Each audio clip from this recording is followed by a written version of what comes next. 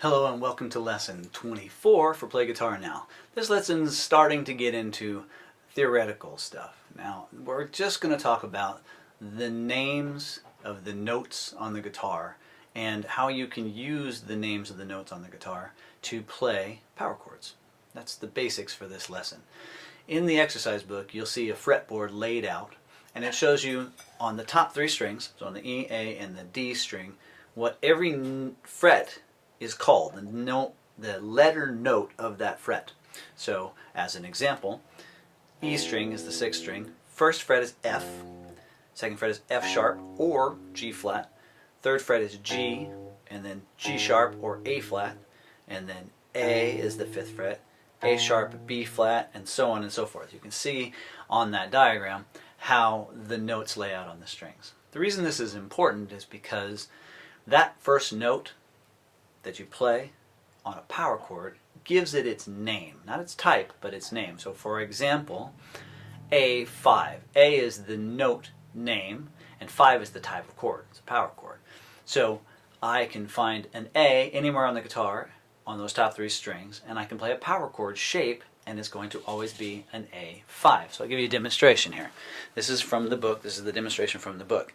Here's an A at the 5th fret on the E string. Now if I play a power chord shape, just those two fingers, that's an A5 chord. Now I of course have the open A string, which is the 5th string, and if I put my first finger on the string below it, 2 frets in front, that's an A5 power chord. If I go all the way up the D string, that's the 4th string, up to the 7th fret, that's an A.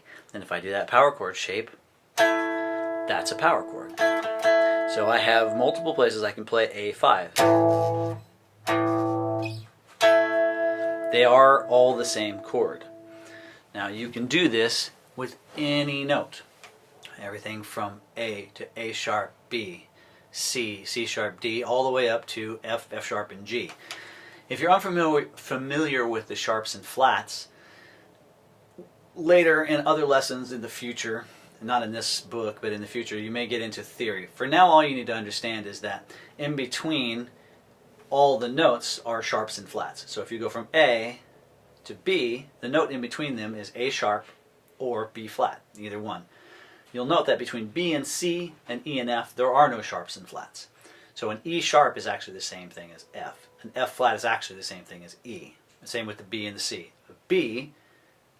A B sharp is the same thing as a C, and a C flat is the same thing as a B. Those are the two exceptions. Otherwise, there's always a space between notes.